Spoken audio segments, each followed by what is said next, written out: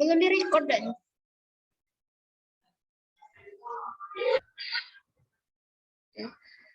Baik, selanjutnya saya Yulia Sapitri dengan NIM 021 akan menjelaskan tentang materi lipid. Selanjutnya tentang pengenalan lipid, minyak dan lemak. Nah, lipid ini adalah senyawa organik yang ditemukan dalam organisme hidup yang larut dalam pelarut organik nonpolar. Karena senyawa diklarifikasikan sebagai lipid berdasarkan sifat fisik kelarutannya dalam pelarut organik, bukan berdasarkan strukturnya. Lipid memiliki berbagai struktur dan fungsi, seperti yang diilustrasikan di bawah ini. Ini merupakan contoh struktur vitamin A. Lipid juga adalah kelompok makromolekul dengan struktur kimia yang paling beragam. Kelompok senyawa ini diklarifikasikan dalam kelompok yang sama karena kesamaan dari sifatnya, yaitu tidak larut dalam air. Selain keberagaman struktur, lipid juga memiliki fungsi yang amat beragam. Adapun pengertian dari lemak dan minyak, di mana lemak dan minyak adalah kelompok lipid yang berfungsi sebagai penyimpan energi, termasuk di dalamnya adalah kelompok trigliserida yang dibentuk oleh asam-asam lemak, baik itu jenuh maupun tidak jenuh dengan gliserol. Adapun sifat umum dari lipid, yang pertama ia mengandung 15 sampai 60 karbon, kedua bersifat nonpolar, ketiga titik lelehnya rendah, keempat ia tidak larut dalam air, namun ia larut dalam pelarut organik seperti kloroform. Lalu yang kelima, ia mengandung unsur-unsur karbon, hidrogen, dan oksigen. Kadang-kadang juga mengandung nitrogen dan fosfor. Lalu yang keenam, ia terhidrolisis akan menghasilkan asam lemak.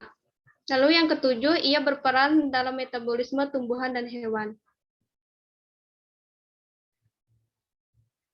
Lalu sifat fisik dan kimia lemak atau minyak. Dari kelarutannya, lemak atau minyak tidak larut dalam air, lemak larut dalam pelarut organik seperti minyak tanah, eter, dan karbon tetraklorida. Lalu dari segi titik cairnya, lemak atau minyak tidak mempunyai titik cair yang tepat karena merupakan campuran trigliserida. Kebanyakan lemak mencair pada suhu 30-40 derajat Celcius. Lalu untuk titik asapnya, lemak atau minyak jika dipanaskan sampai suhu di atas 200 akan menghasilkan asap dengan bau karakteristik yang menusuk. Titik asap adalah suhu pada saat lemak atau minyak mengeluarkan asap yang bermanfaat untuk menentukan kualitas lemak atau minyak. Di mana semakin tinggi titik asapnya, maka kualitas lemak atau minyak juga semakin baik. Lalu untuk struktur molekul, yang pertama ini ada kolesterol, lalu asam maleat, lalu trigliserida, dan fosfolipid. Adapun ini struktur dari asam lemak, lalu gliserol. Dan di mana dalam proses kondensasi trigliseridanya, gliserol yang ditambah dengan asam lemak akan menghasilkan trigliserida. Lalu untuk produk dari minyak atau lemak, dari segi pangan itu bisa menghasilkan minyak goreng, margarin, shortening, vegetable, cocoa butter, lalu special fat. Lalu dari segi non pangan bisa dalam bentuk alkohol, PPO, sabun, asam lemak, fatty amida, metil ester, dan surfaktan.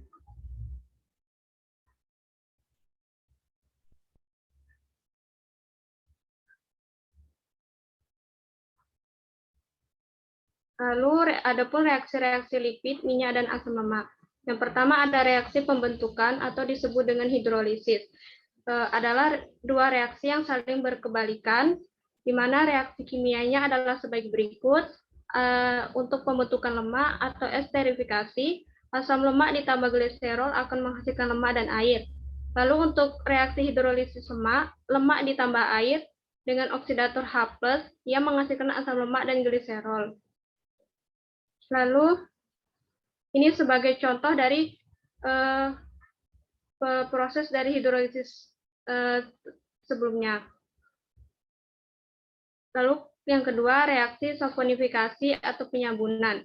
adalah campuran lemak dan basa kuat yang menghasilkan sabun dengan gliserol, di mana lemak ditambah basa kuat akan menghasilkan sabun dan gliserol. Lalu yang ketiga ada reaksi hidrogenasi, di mana reaksi penyunduhan lemak yang mengubah wujud lemak menjadi bentuk padat, di mana gliserol trioleat ditambah dengan hidrogen akan menghasilkan gliseryltriglycerin. Adapun reaksi turunan dari lipid, yang pertama ada fosfolipid, adalah turunan lipid yang gugus hidroksi pada gliserolnya diganti dengan asam karboksila dan asam fosfat. Fosfolipid ini bersifat amfifilik yang memiliki gugus kepala fosfat dan gugus ekor lipid yang bersifat hidrofil, yang mana sifat koloid yang fase pendispersinya suka menarik medium pendispersinya, dan gugus ekor lipid yang bersifat hidrofob. Ia tidak suka menarik medium pendispersinya. Contoh dari fosfolipid ini antara lain fosfolipid bilayer, fosfolipid dikolin, dan fosfatidilserin. Yang kedua ada steroid, adalah turunan lemak yang tidak mengandung gugus asam lemak dan gugus ester. Nah, steroid ini sama seperti fosfolipid, ia bersifat amfifilik dan tersusun atas 4 cincin karbon dengan jumlah ikatan rangkap berbeda-beda dan mengikat bermacam-macam gugus. Steroid ini banyak ditemukan pada hormon, contohnya hormon progesteron, estrogen, dan testosteron. Lalu ada reaksi pengenalan. Yang pertama itu dilakukan uji kelarutan lipid. Uji ini terdiri atas analisis kelarutan lipid maupun derivat lipid yang terdapat berbagai macam pelarut. Nah, dalam uji ini kelarutan lipid ditentukan oleh sifat kepolaran dari pelarut itu sendiri. Yang kedua, uji acrolein, di mana dalam uji ini terjadi dehidrasi gliserol dalam bentuk bebas atau dalam lemak atau minyak yang menghasilkan aldehid akrilat atau acrolein, dan uji acrolein ini digunakan untuk menguji keberadaan gliserin atau lemak. Yang ketiga ada uji kejenuhan. Uji kejenuhan ini digunakan untuk mengetahui asam lemak yang diuji apakah termasuk asam lemak jenuh atau tidak jenuh dengan menggunakan reaksi Iott-Fulp. Lalu yang keempat uji ketengian, di mana uji ini lipid lainnya adalah uji ketengian. Dalam uji ini diidentifikasikan lipid mana yang sudah tengi dengan yang belum. Yang kelima, uji Salkovski untuk kolesterol, di mana uji ini merupakan uji kualitatif yang dilakukan untuk mengidentifikasi keberadaan kolesterol. Lalu yang keenam, uji Lieberman-Burchardt, di mana uji ini untuk melakukan uji kuantitatif dari kolesterol. Lalu adapun reaksi dari pengenalan lemak. Yang pertama uji acrolein, di mana uji ini digunakan untuk mengetahui adanya gliserol dan lemak. Yang kedua ada uji peroksida. Uji ini bertujuan untuk mengetahui proses ketengian dari oksidatif pada lemak yang mengandung asam lemak tak jenuh. Lalu yang ketiga uji kejenuhan.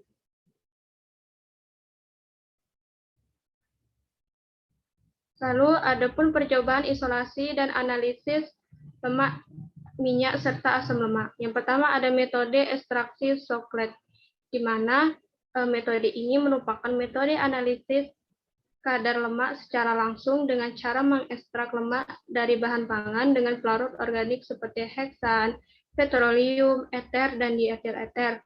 Berikut salah satu gambar dari rangkaian alat ekstraksi Soklet. Yang kedua ada metode Babcock, di mana analisis kadar lemak dengan metode ini digunakan untuk menentukan kadar lemak sampel cair atau pasta. Metode ini sering digunakan untuk menentukan kadar lemak pada susu segar. Lalu ada juga yang ketiga analisis titik leleh dengan menggunakan metode tabung kapiler. Lalu yang keempat analisis berat jenis lemak atau minyak dengan metode pignometer. Lalu yang kelima analisis turbidity point. Yang keenam analisis bilangan iot. Lalu yang ketujuh, analisis asam lemak bebas. Dan yang kedelapan ada analisis bilangan TBA. Adapun salah satu percobaan dalam penentuan kadar minyak atau lemak suatu bahan dapat dilakukan dengan menggunakan ekstraktor soplet. Nah, ekstraksi dengan alat soplet ini merupakan cara ekstraksi yang efisien karena pelarut yang digunakan dapat diperoleh kembali dalam penentuan kadar minyak atau lemak. Bahan yang diuji harus cukup kering karena jika masih basah, selain memperlambat proses ekstraksi, air dapat turun ke labu dan akan mempengaruhi dalam perhitungan. Contohnya ekstraksi minyak dalam kemiri. Dengan prosedur kerja, kita timbang dulu 15 gram kemiri yang diiris-iris sampai lembut. Selanjutnya dibungkus dengan kertas saring bebas lemak. Ujung atas maupun ujung bawah ditutup dengan kapas bebas lemak. Kemudian dimasukkan ke dalam alat soklet. Masukkan pelarut petroleum ether sebanyak 60% dari volume labu ekstraksi. Lalu dilakukan ekstraksi selama 1,5 jam. Nah, proses ekstraksi ini ketika selesai, itu ditandai dengan petroleum ether yang sudah jernih. Ekstrak yang diperoleh tadi ditambah dengan natrium sulfat anhidrat, lalu disaring, kemudian filtrat distilasi biasa, atau petroleum ether diuapkan dengan evaporator, berputar sampai semua petroleum ether habis. Nah, kemudian kadar minyak dapat dihitung dengan rumus kadar minyak dalam persen, di mana bobot berat dari corong itu dikurang dengan ekstrak yang didapat, lalu dibagi dengan berat bahan, lalu dikali dengan 100. Selanjutnya yang terakhir ada implementasi dari lipid. Nah, implementasi lipid ini bisa dapat kita temukan di dalam pembuatan sabun.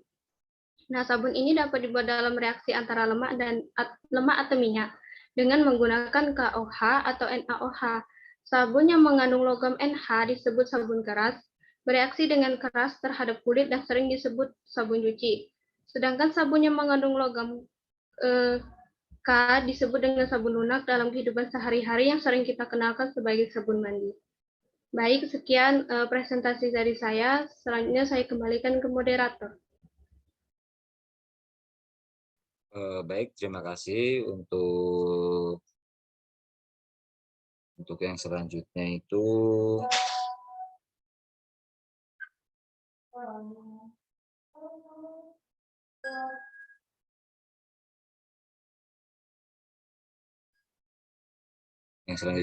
Resti Stefani Patricia. Kepada Resti dipersilakan.